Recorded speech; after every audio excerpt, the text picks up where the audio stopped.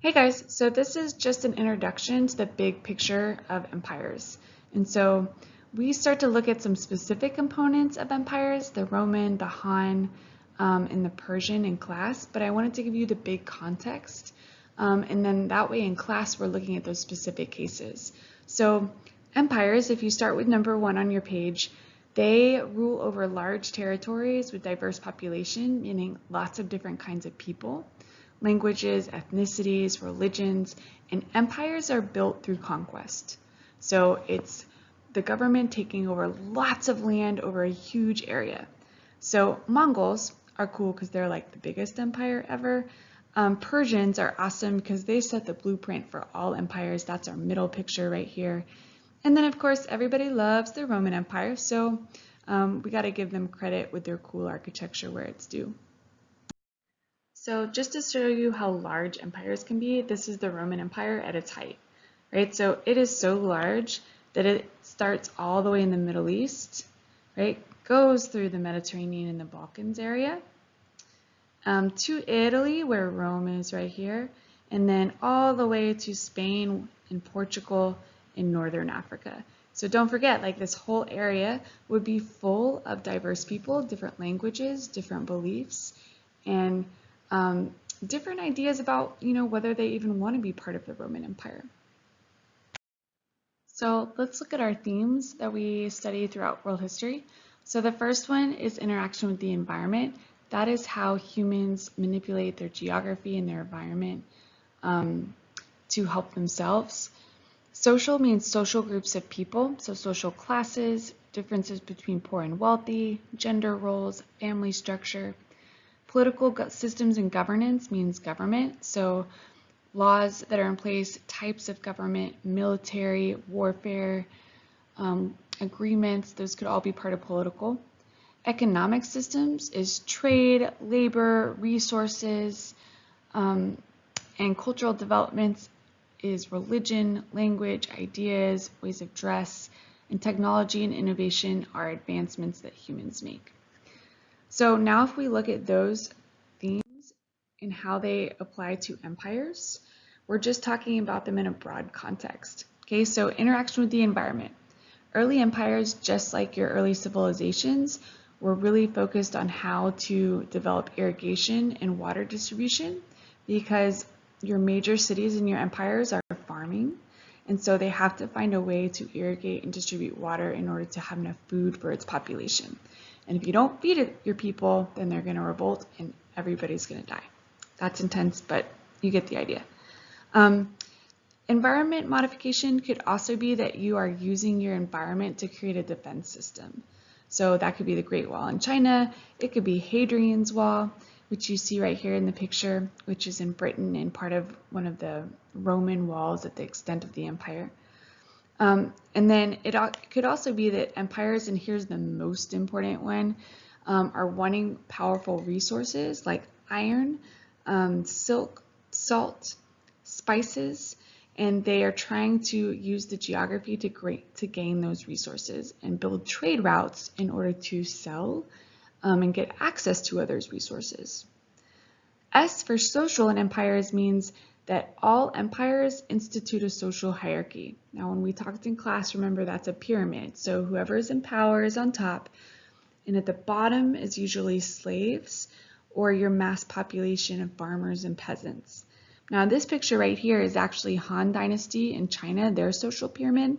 They look a little different because they have merchants closer to the bottom, and that's unique to them. And we'll talk more about that in class as far as why merchants are at the bottom when we get there. Just a different little example. So let's look at the P and the E, so political and government. So the biggest idea is that your empires take what your ancient civilizations were doing as far as government getting bigger and they just expand it. So that means that they create what's called a centralized government. Centralized means that all the power is central to one person or a few people. If you have a centralized government, that means they're making the laws, the decisions, they're collecting the taxes, building the roads, and it's organized by one central location or like a capital city. So we have a centralized government in the United States with the president right, as our top leader, but of course we have, the legislature and the Supreme Court, the judicial branch, to help kind of distribute power. Central government is that you have that central power in charge, as opposed to like a tribal group where everything is, more spread apart. Bureaucracy means that centralized governments have government officials that help carry out the functions of a government. So tax collection. If you have a large empire, you might divide it up into sections or provinces that need governors to rule over that section to report to you. Just like in a school, you have teachers that report to the principal. It could even be spies. We talk about them with the Persian Empire. Centralized governments have codified law codes. All that means is that your law codes are now written down, they're more formalized, and empires start to develop even court systems to hold people accountable. The Romans are going to be really famous for this. Economic systems. Empires, just like our own countries today, are driven by economics. So it's all about getting access to that valuable land and getting access to those trade routes. On those valuable lands are resources. So iron, right, silk, spices, tea, gold, salt. These are all resources that empires want the land that contains these resources. Empires economically are going to build infrastructure to expand the economy. It sounds fancy, but it means like they're going to build roads, bridges, canal systems, ways to transport goods so that you can sell more stuff and get access to goods that other places have. They might standardize their coins. So Alexander the Great does this, the Persian Empire does this, the Roman Empire does this. And one reason they do this is to expand the economy, but it's also pretty awesome to have your face on a coin that way. Wherever you are in the empire, you're like, oh yeah, Alexander the Great's in charge, duh. So that's who's on our coin down at the bottom. So some cool examples of resources that empires would have found important. The top picture is of a salt cellar. So we don't always think of salt as being so valuable, but it's a huge commodity or good because you can only get it in certain places. It's hard to transport. And so it became very pricey and something empires wanted to have control over. The bottom one is a silkworm. China is famous for its silk, and actually they keep it a secret for hundreds and hundreds and hundreds of years until finally the story goes that I think it was a Byzantine official snuck some silkworms out under his hat, and the secret was out. Jade is another cool resource in China that was incredibly valuable. So you see lots of artwork during the Han Dynasty made of jade, and it becomes a commodity that lasts throughout all of the dynasties throughout China, and you can see it all over museums, even here in San Antonio at the SAMA. So culturally, when you think about what do empires do and what do they look like culturally, well, they oftentimes try to share or spread a religion or philosophy that's the religion of the leaders, so that it helps to unite the empire under common beliefs. So you see this with Confucianism in China. You also see it with Hinduism in India. So we talk about those two belief systems in class. One of the biggest cultural legacies of empires is monumental architecture and art and language. And this becomes huge for our course when the AP curriculum starts because you see similar patterns in architecture continue. Right? So you'll continue to see the spread of arches and domes and tile work as you get into later civilizations because they're copying the art and architecture of the classical empires. Technology in empires means that they're oftentimes making advancements in military. And that should make sense because if empires are based on conquest, then they're going to be making military advancements. Anywhere from battle siege towers to early, almost like flamethrowers in a way, to even adopting things like the saddle stirrup so you can have better infantry on horseback. They're going to make advancements in science and mathematics. So I gave this example at the bottom, Aryabhata's theory that the earth is round in shape and flat because it's an empire in India in the Gupta dynasty, and we just always associate, that idea of the earth as well as the earth rotation, that stars are not rotating around the earth, but the earth is rotating. We always associate that with the Renaissance and scientific revolution in Europe in the 1500s, when in fact, like there's an Indian scientist, thousands of years before that, that's coming up with these ideas even earlier on. So here's the deal. If you're an empire, you need to convince people that you should be in charge. That's what legitimize your rule means. How do I make it seem legitimate to the people that I'm taking over? And what gives the leader the right to rule? So that's what legitimizing their rule means. So your picture on your left is just an illustration of this idea of mandate of heaven in China, which we'll talk about in class with Confucianism. But essentially the emperors were seen as long as they ruled justly, then they were approved of by the heavens, and the dynasty had the right to rule.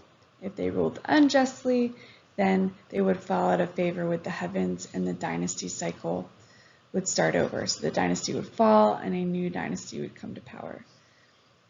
Other ways that empires legitimize their rule is frankly through military conquest. So one of my favorite things is when Chandragupta and Ashoka in the Indian Empire are expanding, they have an army of elephants, and I just think it's awesome. Problems for empires.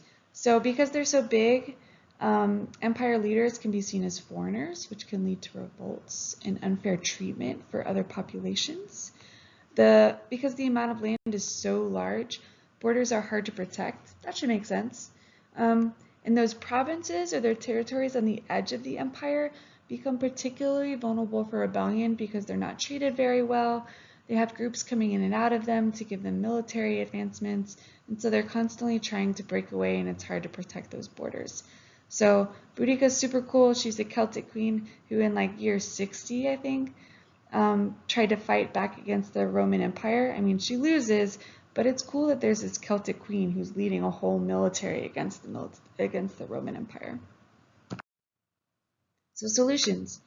What do you do about having such a diverse population and being so large? Well, you need to create road systems to move militaries and goods and government officials throughout your empire. So we see this in Rome and the Persian Empire, and again, we'll talk more about those in class. Empires will spread culture, language, and city design throughout the empire so that even in the outskirted areas, they'll start to copy those components of the empire, which makes it more united.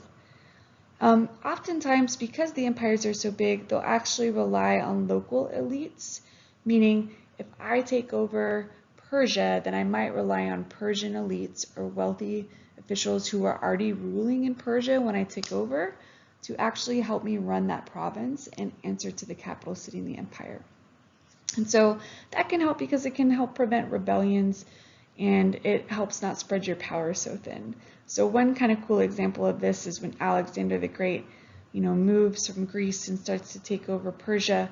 He actually forces his Greek or Macedonian leaders to intermarry with Persians, his military men to intermarry with Persian women, and that way he's actually creating a mixed lineage and more legitimacy in Persia because they're marrying Persian women. So they're called them forced marriages at Susa, and it's just kind of this cool story.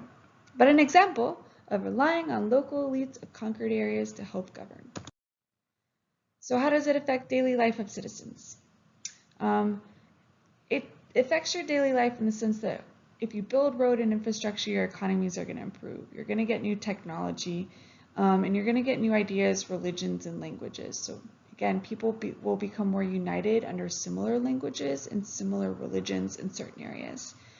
You got to pay taxes. Nothing's more sure in life than government and taxes. And so if you're a daily citizen in an empire, you have to pay taxes to the empire. Your taxes may be higher too if you're not like one of the respected groups in the empire or you're in the province areas. You might be required to do military and labor service, so the Great Wall is a great example of this. We think over 1 million people died in the Great Wall, but you were forced to build it, and if you died, frankly, they just found some other commoner and peasant to take your place and keep building the Great Wall to defense against all those invaders that are coming in from the north. So now that you know the big picture, short and fast, I want you to either think about 3 strengths and positive effects of empires, And then think about what are 3 weaknesses or negative effects of empires. And I want you to categorize some of those components into the bottom of your chart on your sheet. It could be based on the notes. So for example, a negative effect could be the empires were too large to take care of. Yeah, we talked about that, and that's a negative effect. So it's part of taking the information that was here and synthesizing and applying it in another way, positive and negative, strengths and weaknesses. It could also be historical examples from your own knowledge. Either one, but I want 3 positive effects and 3 negative effects. I hope this was pretty short and sweet, gave you the big picture so that next week we're able to go just a little bit deeper into some of our empires. And I will see you next week. Have a great weekend.